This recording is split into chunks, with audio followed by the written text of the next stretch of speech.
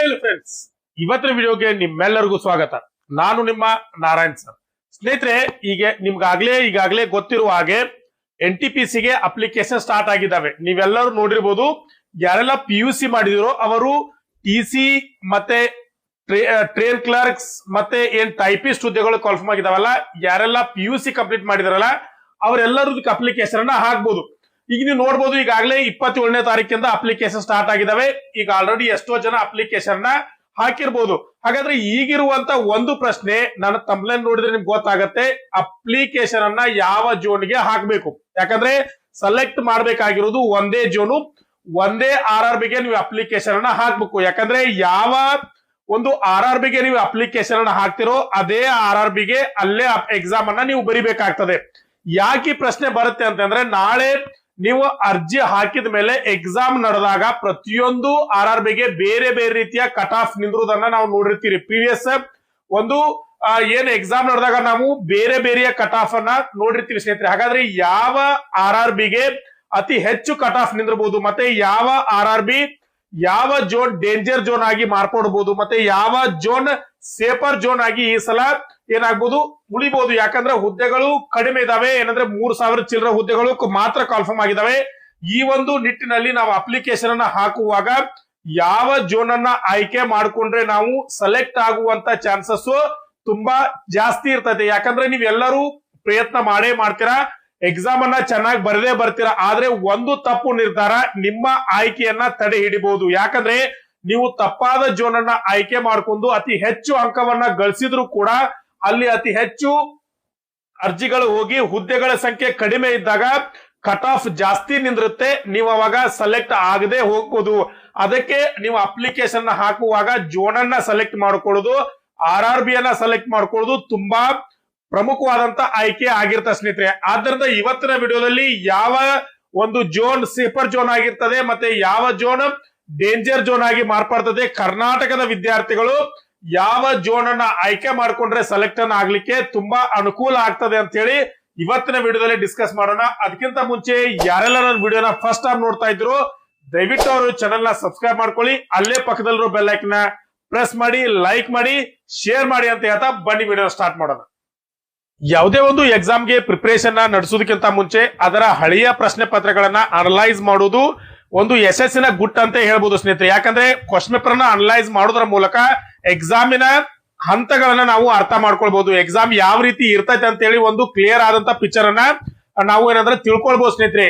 ಈ ಒಂದು ನಿಟ್ಟಿನಲ್ಲಿ ನನ್ನ ಯೂಟ್ಯೂಬ್ ಚಾನೆಲ್ ನ ಸಬ್ಸ್ಕ್ರೈಬರ್ ಆಗಿರುವಂತ ವ್ಯೂವರ್ಸ್ ಆಗಿರುವಂತ ನಿಮ್ಮೆಲ್ಲರಿಗೂ ಒಂದು ಏನಂದ್ರೆ ಕ್ವಶನ್ ಪೇಪರ್ ಬ್ಯಾಂಕ್ ಅನ್ನ ಲಾಂಚ್ ಮಾಡ್ತಾ ಇದ್ದೀನಿ. ಈ ಕ್ವಶನ್ ಪೇಪರ್ ಬ್ಯಾಂಕ್ ಅಲ್ಲಿ ಏನಿರ್ತೈತೆ ಅಂದ್ರೆ ಗ್ರೂಪ್ ಡಿ ಪ್ರೀವಿಯಸ್ ಇಯರ್ ನ ಕ್ವಶನ್ ಪೇಪರ್ ಗಳು ಇರ್ತವೆ. 2005ರಿಂದ ಹಿಡ್ಕೊಂಡು 2022 ನಡೆದಿರುವಂತ 30 ಸೆಟ್ ಕ್ವಶನ್ ಪೇಪರ್ ಗಳನ್ನ ಕೇವಲ 99 ರೂಪಾಯಿಗಳಲ್ಲಿ ನಿಮಗೆ ಕೊಡ್ತಾ ಇದ್ದೀವಿ.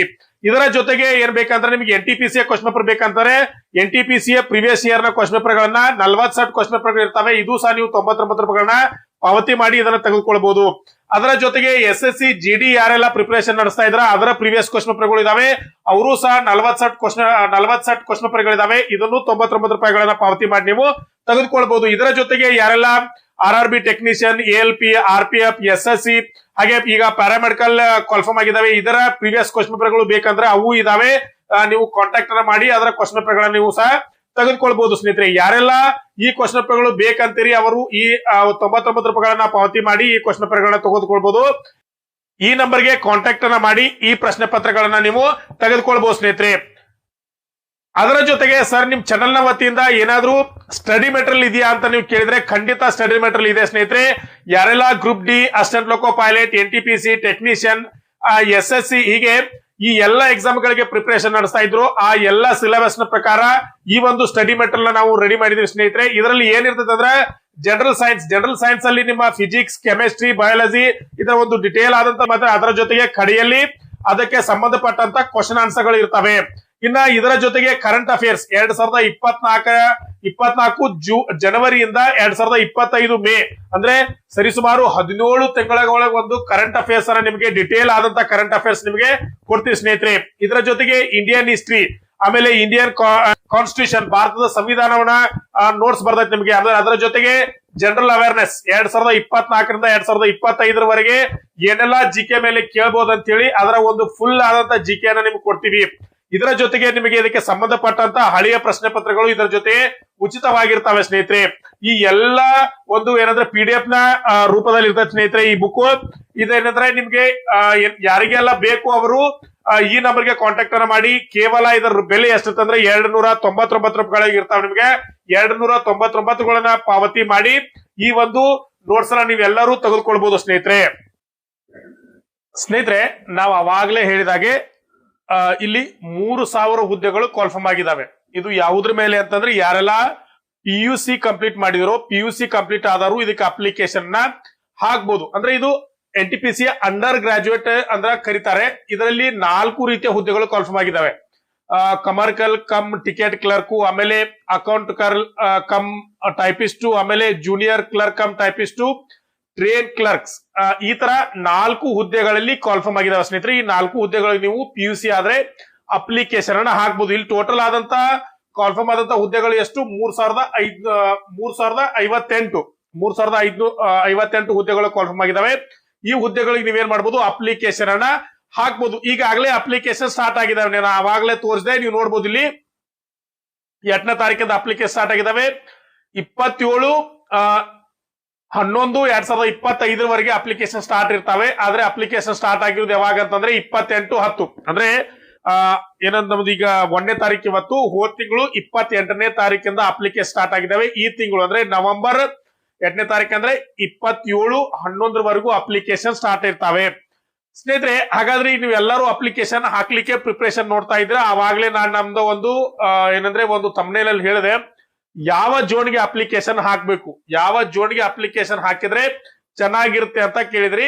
ಸರ್ ಹಾಗಾದ್ರೆ ಯಾವ ಜೋನ್ ಅಲ್ಲಿ ಹೆಚ್ಚು ಅಪ್ಲಿಕೇಶನ್ ಇದಾವೆ ನಾವು ಅಲ್ಲಿ ಹಾಕ್ತಿವಿ ಅಂತ ನೀವು ಹೇಳಿದ್ರಿ. ಯಾಕಂದ್ರೆ ನಾನು ಅವಾಗಲೇ ಹೇಳಿದೆ ಇರುವೆ ಏನಂದ್ರೆ 3058 ಹುದ್ದೆಗಳು ಕರ್ನಾಟಕದಲ್ಲಿ ಸಲ ಕಾಲ್ಫರ್ಮ್ ಕಡಿಮೆ ಆಗಿದ್ದಾವೆ. ಕೇವಲ ಇವು 3058 ಕೇವಲ ಕರ್ನಾಟಕಕ್ಕಲ್ಲ, ಟೋಟಲ್ ಆಲ್ ಇಂಡಿಯಾ ಎಲ್ಲಾ ಜೋನ್ಗಳಿಗೆ ಸೇರಿ 3058 ಹುದ್ದೆಗಳು ಕಾಲ್ಫರ್ಮ್ ಆಗಿದ್ದಾವೆ. ಹಾಗಾದ್ರೆ ಕರ್ನಾಟಕಕ್ಕೆ ಎಷ್ಟು ಬರ್ತಾವು ನೀವ್ ಕೇಳ್ತೀರಿ. ಸರ್ ನಾವು ಕರ್ನಾಟಕ ಅಪ್ಲಿಕೇಶನ್ ಹಾಕ್ತಿವಿ, ನಾವೆಲ್ಲರೂ ಕರ್ನಾಟಕದವರು, ಕರ್ನಾಟಕಕ್ಕೆ RRB ಬೆಂಗಳೂರು ಅಪ್ಲಿಕೇಶನ್ ಹಾಕಿ ಎಕ್ಸಾಮ್ ಬರಿತೀವಿ ಅಂತ ಹೇಳ್ತೀರಿ. ಬರೀರಿ, ಆದ್ರೆ ಈ ಒಂದು ಡೀಟೇಲ್ಸ್ ಅನ್ನ ನೋಡ್ಕೊಂಡು ಆಮೇಲೆ ನೀವು ಡಿಸೈಡ್ ಅನ್ನ ಮಾಡಿ. ಯಾಕಂದ್ರೆ ಇದು RRB ಬೆಂಗಳೂರು, ಇಲ್ಲಿ ನೋಡ್ಲಿ RRB ಬೆಂಗಳೂರಿಗೆ ಅವೈಲೇಬಲ್ ಇರುವಂತ ಹುದ್ದೆಗಳು ಎಷ್ಟಂದ್ರೆ ಟೋಟಲ್ ಆಗಿ ಕೇವಲ 54 ಹುದ್ದೆಗಳು ಮಾತ್ರ ಅವೈಲೇಬಲ್ ಇದಾವೆ ಸ್ನೇಹಿತರೆ. ನೋಡ್ಬೋದು ನೀವು ಇಲ್ಲಿ ಅನ್ರಿಸರ್ವ್ 27, SC 9, ST 4, OBC 7 ಮತ್ತೆ EWS ಗೆ ಕೇವಲ 7. ಟೋಟಲ್ ಆಗಿ ಕರ್ನಾಟಕಕ್ಕೆ ಕೇವಲ ಅವೈಲೇಬಲ್ ಇರುವಂತ ಹುದ್ದೆಗಳು ಅಂಡರ್ ಗ್ರಾಜುಯೇಟ್ ಅಲ್ಲಿ ಕೇವಲ 54 ಹುದ್ದೆಗಳು ಮಾತ್ರ ಅವೈಲೇಬಲ್ ಇದಾವೆ. ನೀವು ಒಂದ್ಸಲ ಗಮನಿಸ್ರಿ. ಇಲ್ಲಿ ನಿಮಗೆ ಹೋದ್ಸಲ ನಾನು ಇನ್ನೊಂದು ಡಾಟಾ ತೋರಿಸ್ತೀನಿ ನಿಮಗೆ. ಇದು ಗ್ರಾಜುಯೇಟ್ ಅಂದ್ರೆ 2024ರಲ್ಲಿ ಇದೇ ಸೇಮ್ NTPC ಕಾಲ್ಫರ್ಮ್ ಆಗಿತ್ತು, ಗ್ರಾಜುಯೇಟ್ ಮತ್ತೆ ಅಂಡರ್ ಗ್ರಾಜುಯೇಟ್. ಇದು ಗ್ರಾಜುಯೇಟ್ ಅಂದ್ರೆ ಡಿಗ್ರಿ ಮೇಲೆ ಬರೆದಂತವ್ರು ಬಿಟ್ಟಂತ, ಯಾಕಂದ್ರೆ ಅಂಡರ್ ಗ್ರಾಜುಯೇಟ್ ಇನ್ನೂ ಬಿಟ್ಟಿಲ್ಲ. ಇಲ್ಲಿ ನೋಡ್ಬೋದು ನೀವು ನಾಟ್ ಯೆಟ್ ರಿಲೀಸ್ಡ್ ಅಂದ್ರೆ ಅಂಡರ್ ಗ್ರಾಜುಯೇಟ್ ಈಗ ನವೆಂಬರ್ ಅಲ್ಲಿ ಬಿಡ್ಬೋದು, ಆಲ್ಮೋಸ್ಟ್ ರಿಸಲ್ಟ್ ಬಿಡ್ತಾರೆ ಸದ್ಯದಲ್ಲೇ, ಆದ್ರೆ ಇನ್ನೂ ಬಿಟ್ಟಿಲ್ಲ. ಈಗ ಅವೈಲೇಬಲ್ ಇರುವುದು ಯಾವ್ದಂತಂದ್ರೆ ಡಿಗ್ರಿ ಮೇಲೆ ಏನ್ ಕಾನ್ಫರ್ಮ್ ಆಗಿದೆಯಲ್ಲ ಅದರದ ಒಂದು ಕಟ್ ಆಫ್ ಈಗಾಗಲೇ ಬಿಟ್ಟಿದ್ದಾರೆ. ನಿಮ್ಗೆ ಬೆಂಗಳೂರು ತೋರಿಸ್ತೀನಿ, ಇಲ್ಲೇ ಒಂದ್ ನಿಮಿಷ ನೋಡ್ರಿ ಎಷ್ಟಿದೆ ಬೆಂಗಳೂರು. ಇಲ್ಲಿ ನೋಡ್ರಿ, ಇಲ್ಲಿ ಬರ್ದಿದ್ದಾರೆ ನೋಡ್ರಿ, ಒಂದ್ ನಿಮಿಷ. RRB ಬೆಂಗಳೂರು ಇಲ್ಲಿ ನೀವು ನೋಡ್ಬೋದು ಕಟ್ ಆಫ್ ಎಷ್ಟಿದೆ ಅಂದ್ರೆ 76 ಸ್ನೇಹಿತರೆ. ಇಲ್ಲಿ ನೋಡ್ಬೋದು ನೀವು 76 ಹುದ್ದೆಗಳು ಜಾಸ್ತಿ ಇದು. ಹೋದ್ಸಲ ಗ್ರಾಜುಯೇಟ್ ಗೆ ಜಾಸ್ತಿ ಇರ್ತವೆ, ಜಾಸ್ತಿ ಇದ್ರು ಸಹ ಏನಂದ್ರೆ ಬೆಂಗಳೂರು 76 ಇದೆ. ನೀವು ಅಂಡರ್ ಗ್ರಾಜುಯೇಟ್ ಹಾಕ್ತಾ ಇದ್ದೀರಾ, ಈ ಸಲ ಹುದ್ದೆಗಳು ಸಹ ಕಡಿಮೆ ಇದಾವೆ.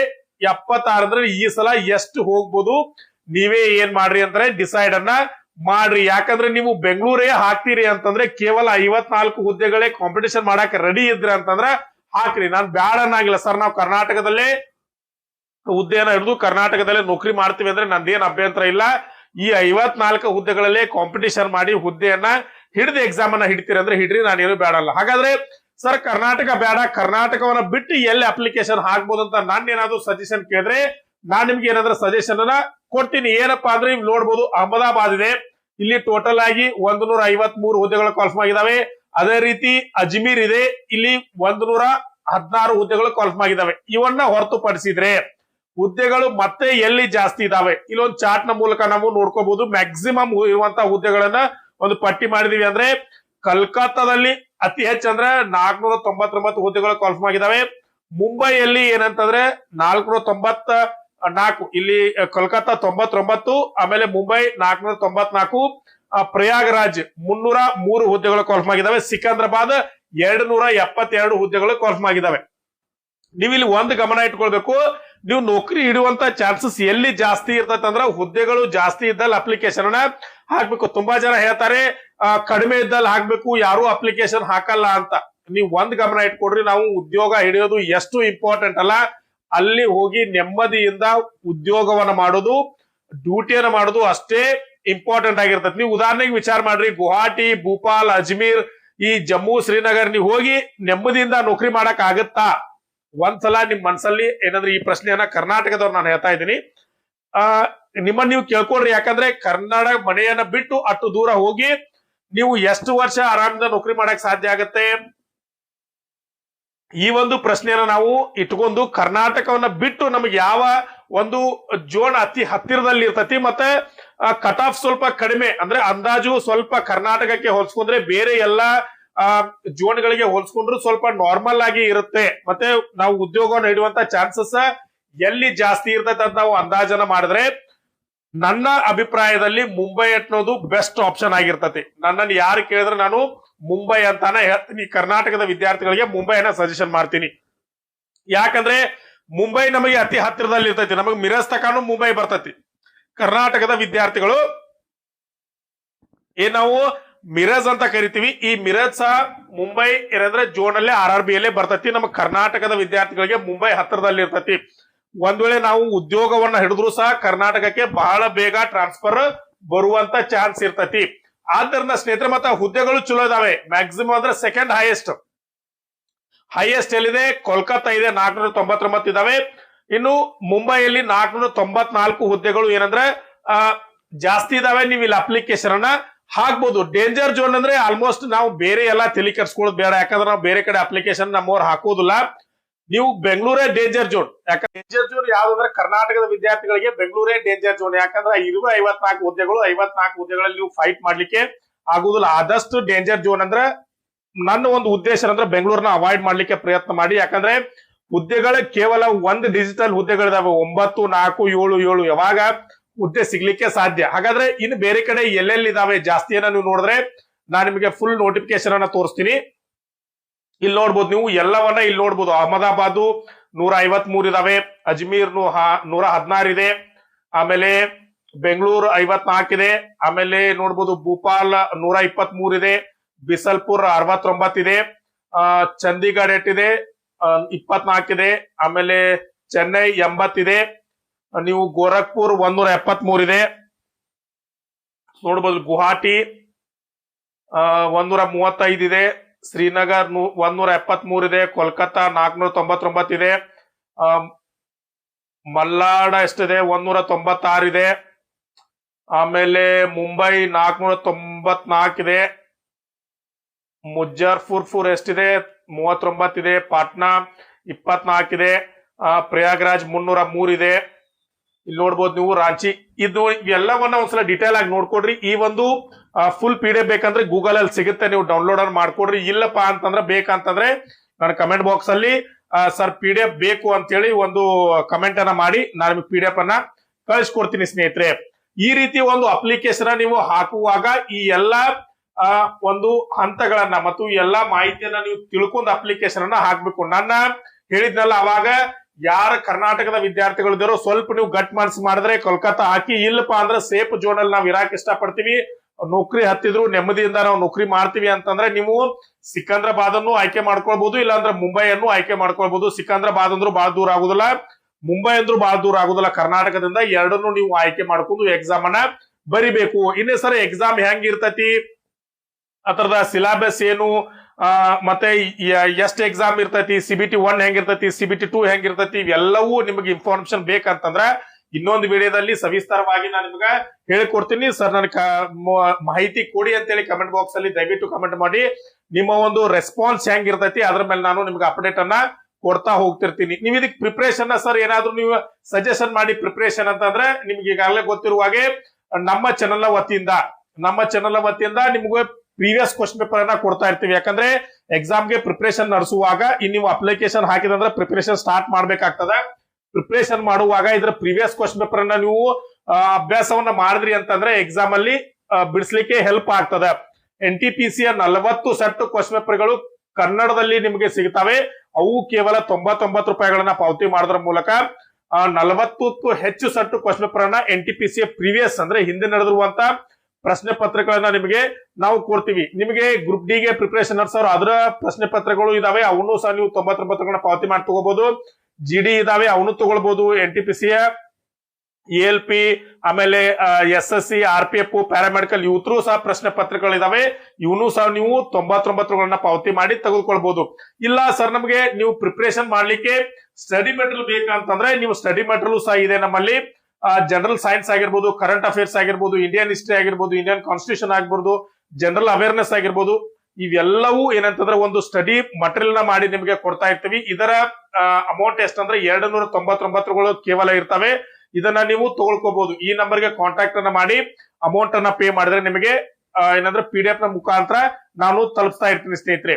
ಇಷ್ಟೊಂದು ಮಾಹಿತಿ ಇವತ್ತಿನ ವಿಡಿಯೋದಲ್ಲಿ ನೋಡಿದ್ವಿ. ಈ ಒಂದು ಮಾಹಿತಿ ನಿಮಗೆ ಇಷ್ಟ ಆಗಿತ್ತಂದ್ರೆ ಚಾನೆಲ್ ನ ಸಬ್ಸ್ಕ್ರೈಬ್ ಮಾಡ್ಕೊಳ್ಳಿ, ಅಲ್ಲೇ ಪಕ್ಕದಲ್ಲಿರೋ ಬೆಲ್ ಐಕಾನ್ ಪ್ರೆಸ್ ಮಾಡಿ, ಲೈಕ್ ಮಾಡಿ, ಶೇರ್ ಮಾಡಿ ಅಂತ ಹೇಳ್ತಾ ಇವತ್ತಿನ ವಿಡಿಯೋನ ಇಲ್ಲೇ ಮುಗಿಸೋಣ.